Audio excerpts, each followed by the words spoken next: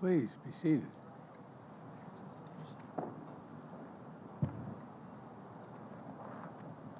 Well, Mr. President, it's good to see you again, my friend. We've met several times over the last year, and each time we have deepened our nation's partnership, and for the benefit, I think, of both our peoples. Today's no exception. Our nation's relationship has been a great success story. The alliance formed in war and has flourished in peace. Seemingly every day, we've launched new areas of cooperation on cyber, strategic technologies, space, democracy, and all the areas that matter most to our future. Because of its core, our alliance is about building a better future for all of our people. And there's no better example than our economic relationship and partnership, which is delivering incredible benefits to both our nations. Through the Indo-Pacific Economic Framework, we're advancing economic growth grounded in high standards for our workers, for the environment, and for communities throughout the region. We're standing together against economic influence being leveraged in coercive ways. And since I took office, Korean companies have invested more than $100 billion in the United States, driving innovation and spurring good new jobs for Americans and Korean workers. Our mutual defense treaty is ironclad, and that includes our commitment to extended deterrence, and that includes the nuclear threat and the nuclear deterrent. They're particularly important in the face of DPRK's increased threats and a blatant violation of U.S. sanctions. At the same time, we continue to seek serious and substantial diplomatic breakthroughs with the DPRK to bolster stability on the peninsula, reduce the threat of proliferation, and address our humanitarian and human rights concerns for the people of the DPRK. The Republic of Korea and the United States are working together, including through our trilateral cooperation with Japan, to ensure the future of the Indo-Pacific is free, is open, prosperous, and secure. I want to thank you again, Mr. President, for your political courage and personal commitment to diplomacy with Japan. I've worked on these issues for a long time, and I can tell you it makes an enormous difference when we all pull together. I also welcome and support your administration's new Indo-Pacific strategy. It's a strategy that affirms how aligned our two nations are and our visions of the region and how similar they are. Today, we discussed our work together on promoting peace and stability in the Taiwan Straits, ensuring freedom of navigation in the South China Sea and beyond. Excuse me. I also affirmed our shared commitment, we together shared our firm shared commitment to stand with the people of Ukraine against Russia's brutal assault on their freedom, their territorial integrity, and democracy. The Republic of Korea's strong support for Ukraine is important because Russia's flagrant violation of international law matters to nations everywhere in the world, not just in Europe. When it comes right down to it, it's about what you believe, what you stand for, what kind of future you want for your children and grandchildren. And right now, I believe the world's at an inflection point. The choices we make today, I believe, are going to determine the direction of our world and the future of our kids for decades to come. That's why this partnership is so important, Mr. President, because we share the same values, the same vision. And I greatly appreciate, Mr. President, that the Republic of Korea co-chaired the second Summit on Democracies last month, and they will host the third Summit for Democracies. We both understand that our democracies and our people are our greatest source of strength, and working together, they make our nation stronger and more effective. From tracking the climate crisis and strengthening our effort to fight it, and strengthening global health, no two countries are better suited to meet the challenges ahead than the Republic of Korea and the United States.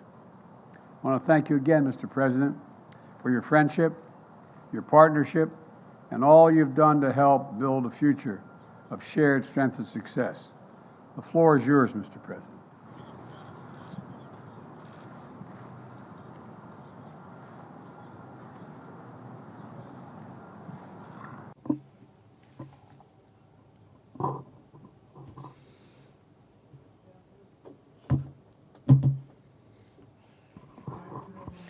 President Biden, thank you for your special and warm hospitality. I am very pleased to be making a state visit to the United States during this meaningful year that marks the 70th anniversary of the ROK-US alliance. Our two countries have overcome challenges and crises during the past 70 years based on the deep roots of freedom and democracy, building a value alliance that is strong, resilient, and sustainable. We are now being threatened by an unprecedented polycrisis. The ROK-US alliance is jointly overcoming this crisis, also coming from North Korea, as a righteous alliance that contributes to world peace and prosperity. We will further expand the depth and denotation of the ROK-US Global Comprehensive Strategic Partnership and march forward to the future. Today, President Biden and myself engaged in constructive dialogue to discuss ways to materialize this shared vision. The outcome of our dialogue is well outlined in the joint statement adopted today. The first key outcome is extended deterrence. Sustainable peace on the Korean Peninsula does not happen automatically. Our two leaders have decided to significantly strengthen extended deterrence of our two countries against North Korea's nuclear and missile threats so that we can achieve peace through the superiority of overwhelming forces and not a false peace based on the goodwill of the other side. Such a will and commitment is captured in the Washington Declaration. President Biden has reaffirmed his ironclad commitment to extended deterrence towards the Republic of Korea. Our two countries have agreed to immediate bilateral presidential consultations in the event of North Korea's nuclear attack and promised to respond swiftly, overwhelmingly, and decisively using the full force of the alliance, including the United States nuclear weapons. Our two countries have agreed to establish a nuclear consultative group to map out a specific plan to operate the new extended deterrence system. Now, our two countries will share information on nuclear and strategic weapon operations plans in response to North Korea's provocations and have regular consultations on ways to plan and execute joint operations that combine Korea's state-of-the-art conventional forces with the U.S.'s nuclear capabilities, the results of which will be reported to the leaders of our two countries on a regular basis. In addition, our two countries have agreed to further advance tabletop exercises against a potential nuclear crisis. In addition, deployment of the United States strategic assets to the Korean Peninsula will be made constantly and routinely. President Biden and I will continue to cooperate to strengthen extended deterrence between our two countries based on our historical and concrete agreement reached during our summit. Second, our two leaders have agreed to further strengthen the strategic partnership in economic security, which is directly related to the national economies of our two countries. President Biden and I welcomed the expansion of our firm's bilateral mutual investment in advanced technology, including semiconductors, electric vehicles, and batteries. President Biden has said that no special support and considerations will be spared for Korean companies' investment and business activities in particular. We have agreed to consult and coordinate closely so that the U.S. Inflation Reduction Act and the CHIPS and Science Act can further strengthen supply chain cooperations between the two countries in advanced technology. Furthermore, we plan on ramping up partnerships in cutting-edge technology. We have agreed to establish a dialogue for next-generation emerging and core technology between the U.S. National Security Council and the Korea Office of National Security pertaining to chips, batteries, biotechnology, quantum science, and other cutting-edge technologies with the aim of promoting joint R&D and experts exchange. We have also adopted a separate joint statement for strengthening cooperation in the rapidly emerging quantum science and technology domain. President Biden and I have also agreed to get the ball rolling on discussions about expanding our alliance into cyber and space by applying the Mutual Defense Treaty in cyberspace and space as well. We have also agreed that the strategic cybersecurity cooperation framework adopted this time around will serve as the foundation on which we address cyber threats together and boost cooperation in information sharing, collection, and analysis. Space is another area that shows great promise for cooperation between our two countries. During my time here, I was able to visit the NASA Goddard Space Center. President Biden welcomed the establishment of CASA, and we have agreed to promote cooperation between CASA and NASA. We have also agreed to accelerate discussions on reaching a reciprocal defense procurement agreement, which is equivalent to an FTA in terms of national defense. Meanwhile, President Biden and I have agreed to promote exchange between the future generations of our two countries. To this end, we have launched the U.S. ROK Special Exchange Initiative for Youths. In celebration of the 70th anniversary of the ROK-U.S. Alliance this year, our two countries plan to invest a total of $60 million to support exchanges between 2,023 youths majoring in STEM, humanities, and social sciences. This also includes the largest Fulbright program to date, which will provide scholarships for 200 students.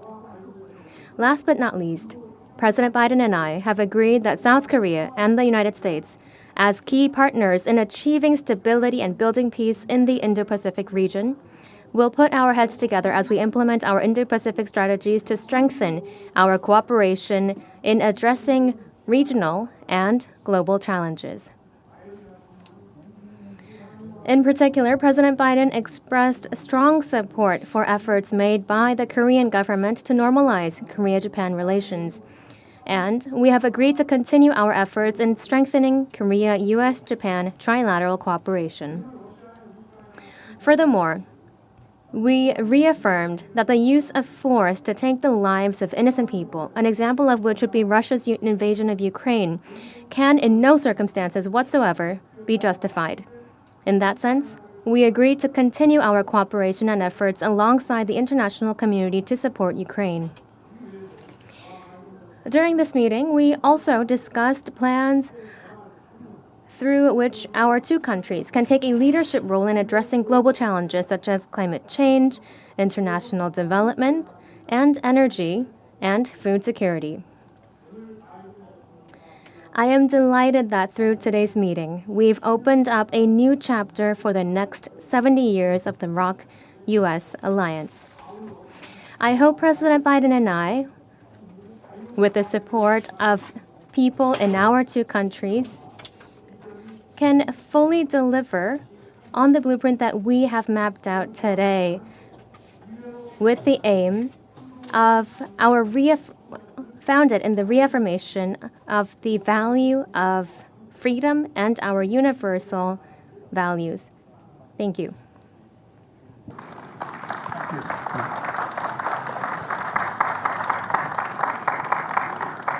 Now we're going to take some questions. The first question is from Courtney of the Los Angeles Times. Thank you, Mr. President. Your top economic priority has been to build up U.S. domestic manufacturing in competition with China. But your rules against expanding chip manufacturing in China is hurting South Korean companies that rely heavily on Beijing. Are you damaging a key ally in the competition with China to help your domestic politics ahead of the election? And one for President Yoon. There have been concerns since last year that North Korea will soon be conducting its 7th nuclear test amid growing domestic support in your country for your own nuclear weapons. Meanwhile, Russia has suggested it could send its latest weapons to North Korea if South Korea sends lethal aid to Ukraine. How do you seek to manage the North Korea risk amid obligations to Ukraine and NATO? Thank you. Let me respond to your question first. My desire to increase U.S. manufacturing and jobs in America is not about China. I'm not concerned about China. Remember, America invented the semiconductor. We invented it. We used to have 40% of the market. And we decided that what we're going to do over the past, I don't know how many decades, we decided that it was going to be cheaper to export jobs and import product. And along came the pandemic. And the pandemic taught us that we used to have, as I said, 40% of the market just some years ago. Now it's down to 10%. And again, we invented the supercomputer. So I decided to go out and see what we could do to increase our hold on the market once again.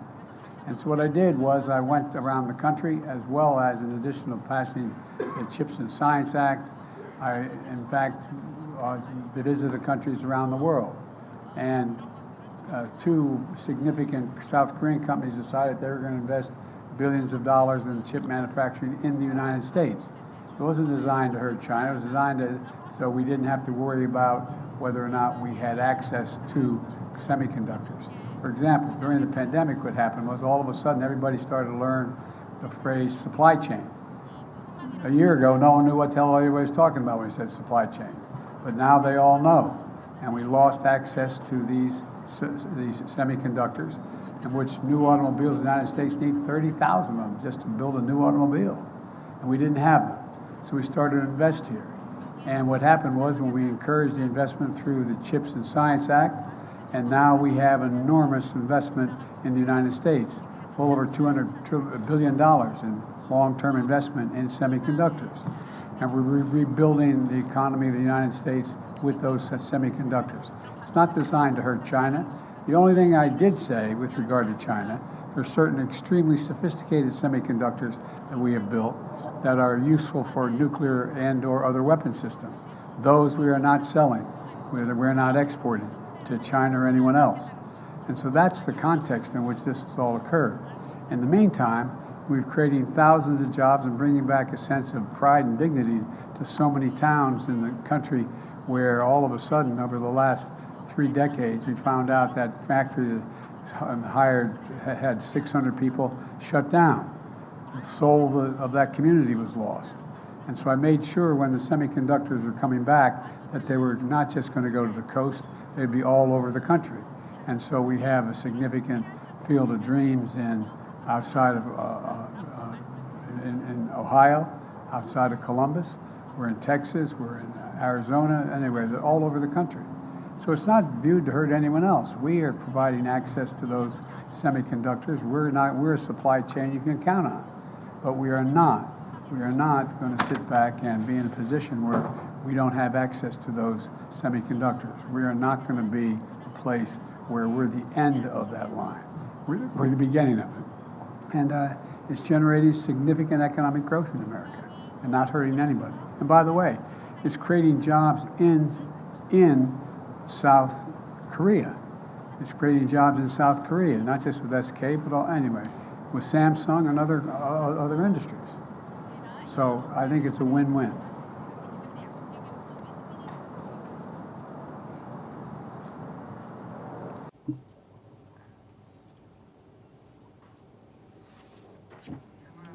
With regard to your question, let me provide my answer. Korea and the U.S., based on its Washington Declaration, our 2 countries have agreed to strengthen extended deterrence, and the implementation level is different from the past. First of all, We have an NCG, Nuclear Consultative Group, that has been launched that will implement discussions and actions, and we will hold regular meetings and consultations under NCG. We will share information on mutual nuclear assets and intelligence, and we will jointly plan responses and also jointly plan exercises and drills and implementation plans. So all of these will be strengthened and specified under the Nuclear Consultative Group. We want to customize our response against North Korea's nuclear threat based on extended deterrence. And in the process of achieving this goal, any concerns that Koreans may have against North Korean nuclear weapons will be relieved, I believe. If nuclear weapons are used, our two countries will strengthen our response in a swift manner.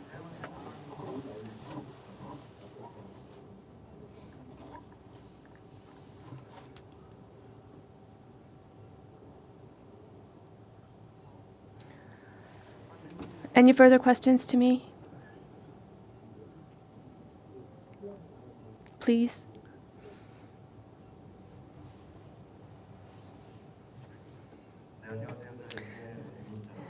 Reporter Won from One NTN.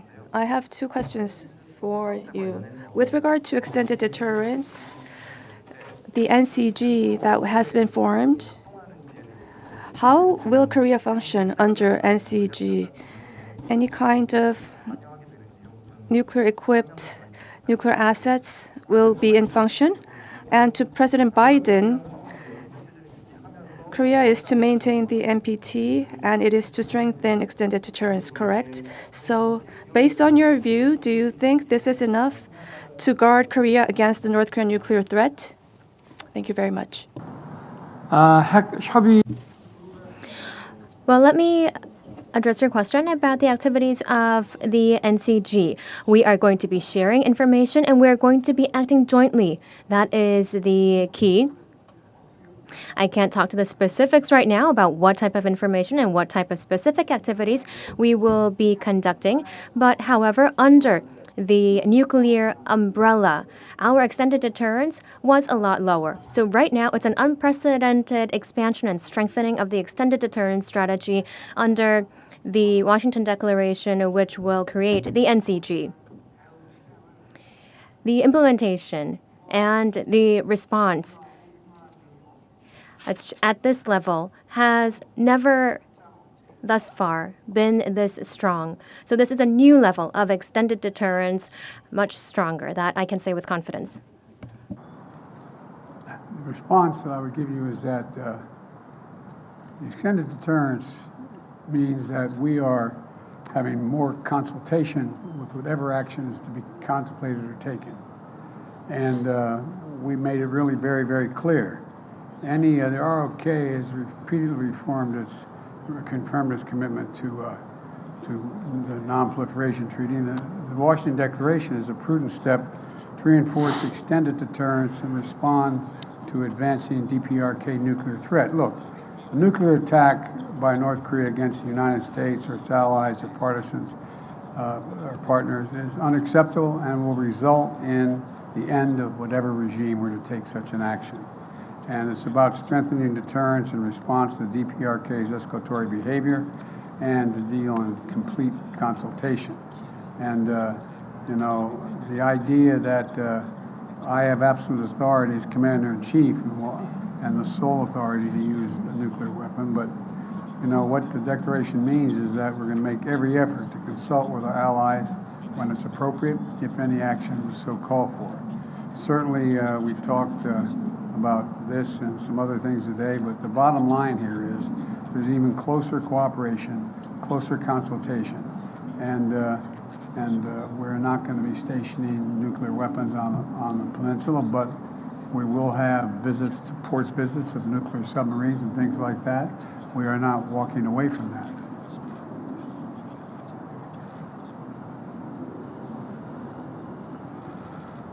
My turn to ask a question. I think the next question is Mary Bruce, ABC. Thank you, Mr. President. You recently launched your re-election campaign. You've said questions about your age are legitimate, and your response is always, just watch me. But the country is watching, and recent polling shows that 70% of Americans, including a majority of Democrats, believe you shouldn't run again. What do you say to them? What do you say to those Americans who are watching and aren't convinced? You've said you can beat Trump again. Do you think you're the only one? I may not be the only one, but I know him well, and I know the danger he presents to our democracy, and we've been down this road before. And with regard to age, and polling data, I noticed the polling data I keep hearing about is that I'm between 42 and 46% favorable rating, et cetera. And but everybody running for re-election in this time has been in the same position. There's nothing new about that. You're making it sound like Biden's really underwater. Number one. Number two, when the same polling data asks whether they think what kind of job I've done, it gets overwhelmingly positive results. From 58% thinking everything from the CHIPS Act and all the things we've done. We've created, like I said, we've created 12 million new jobs. We've created 800,000 manufacturing jobs. We have economic growth moving. We're in a situation where the climate, we've invested more money and more help in dealing with the climate crisis than any nation in the world. And so things are moving. And the reason I'm running again is there's a job to finish. The other thing is that, look, think about what I inherited when I got elected. I inherited a nation in overwhelming debt at the time, number one, in the hole for the 4 years that he was president. I inherited a nation that had a serious loss of credibility around the world as America first. And, the first meeting I attended the G7, I said, America's back. And one of the world leaders looked and said, for how long? For how long? There's a great concern about the United States being able to lead the free world. And we're doing that again. And those same polls you look at, you take a look at the polls, they're saying whether I pull together NATO and the European Union as well as Asian partners, I think we have. But there's more to do. And with regard to age, I can't even say, I guess how old I am, I can't even say the number. It doesn't register with me. And but the only thing I can say is that one of the things that people are going to find out is they're going to see a race and they're going to judge whether or not I have it or don't have it. I respect them taking a hard look at it. I take a hard look at it as well. I took a hard look at it before I decided to run. And I feel good. I feel excited about the prospects. And I think we're on the verge of really turning the corner in a way we haven't in a long time. I know you're tired of hearing me say we're at an inflection point. Well, we really are. What happens in the next 2, 3, 4 years is going to determine what the next 3, 4 decades look like. And I have never been more optimistic in my life about the possibilities of the United States. To be clear, though, you just said, I know him well. Did Donald Trump's decision to run affect yours? Would you be running if he wasn't? Yeah, I think I still would be running if he wasn't. I do know him well. He's not hard to know, as you know. You know him well, too. The question is whether or not, look, there's more to finish the job. We have an opportunity to put ourselves in a position where we are economically and politically secure for a long time. Look, we continue to have, and now you don't like me hear me saying it, there's still a contest between autocracies and democracies. And we're the leading democracy in the world. And it's something I know a fair amount about, something I care about, and something that I have found a willingness of an awful lot of our allies and friends to follow. So I think that we have to finish the job, nail it down.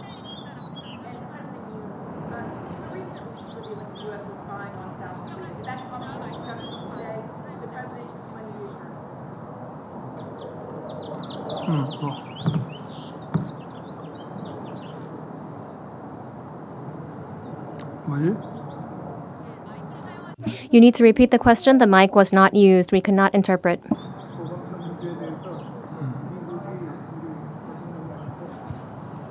They need to repeat the question.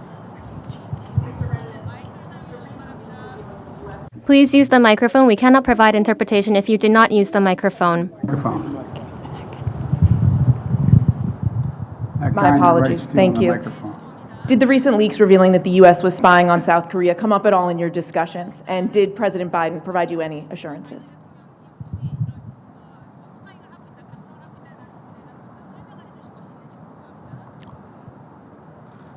네, 지금 뭐 한미 간에 With regard to that, we are communicating between our two countries and we are sharing necessary information. I believe that investigation is underway in the United States. So various and complex variables are always in play. We need time to wait for the investigation results by the United States, and we plan to continue to communicate on the matter.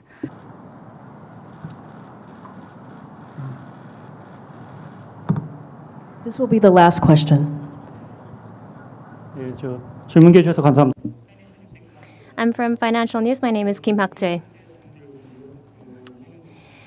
My question goes to both of you. My first one goes to President Yoon first.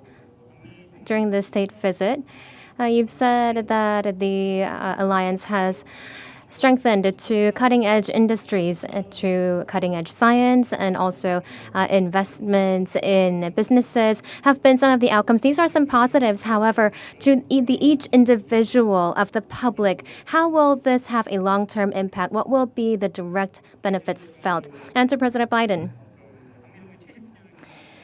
In celebration of the 70th anniversary of the Iraq-U.S. alliance, I know that the atmosphere is really positive. However, Korean businesses, especially because of the CHIPS Act and the IRA, are on edge.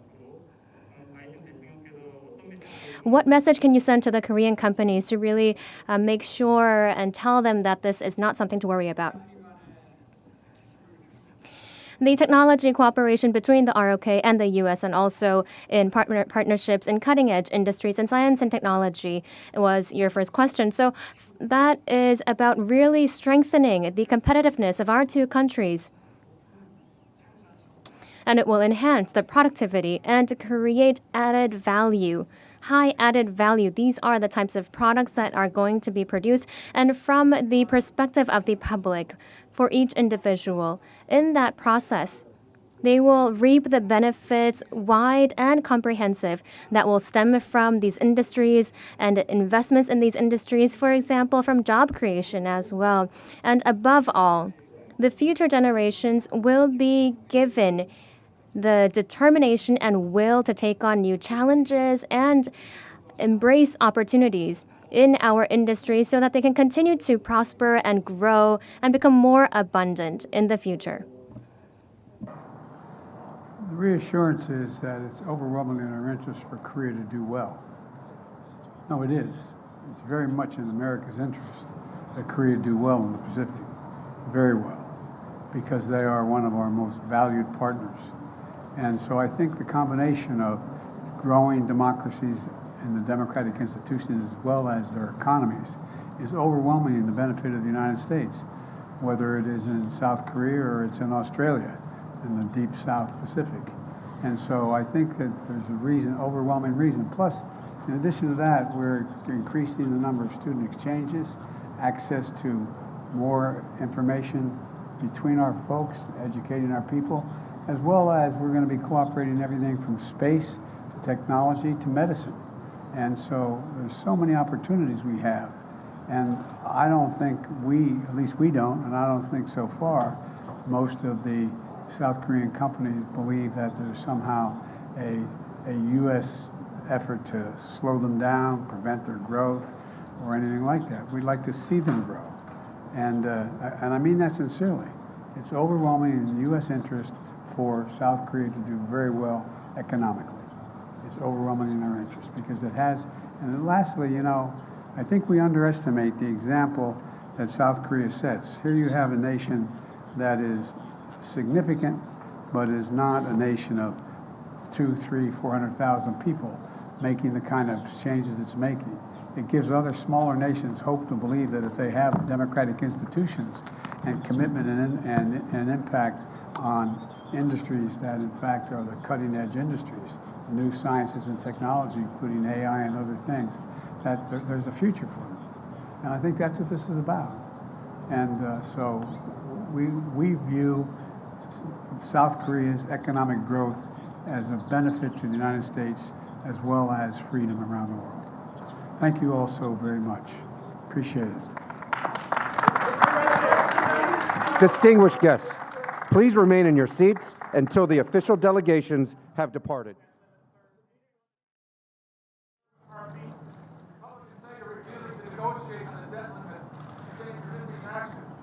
They haven't figured out the debt limit yet. Thank you. Happy to meet with McCarthy, but not on whether or not the debt limit gets extended.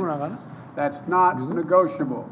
I noticed they quote Reagan and they quote Reagan all the time, and they quote Trump, both of which said, it says, I'm paraphrasing, it would be an absolute crime to not extend the debt limit.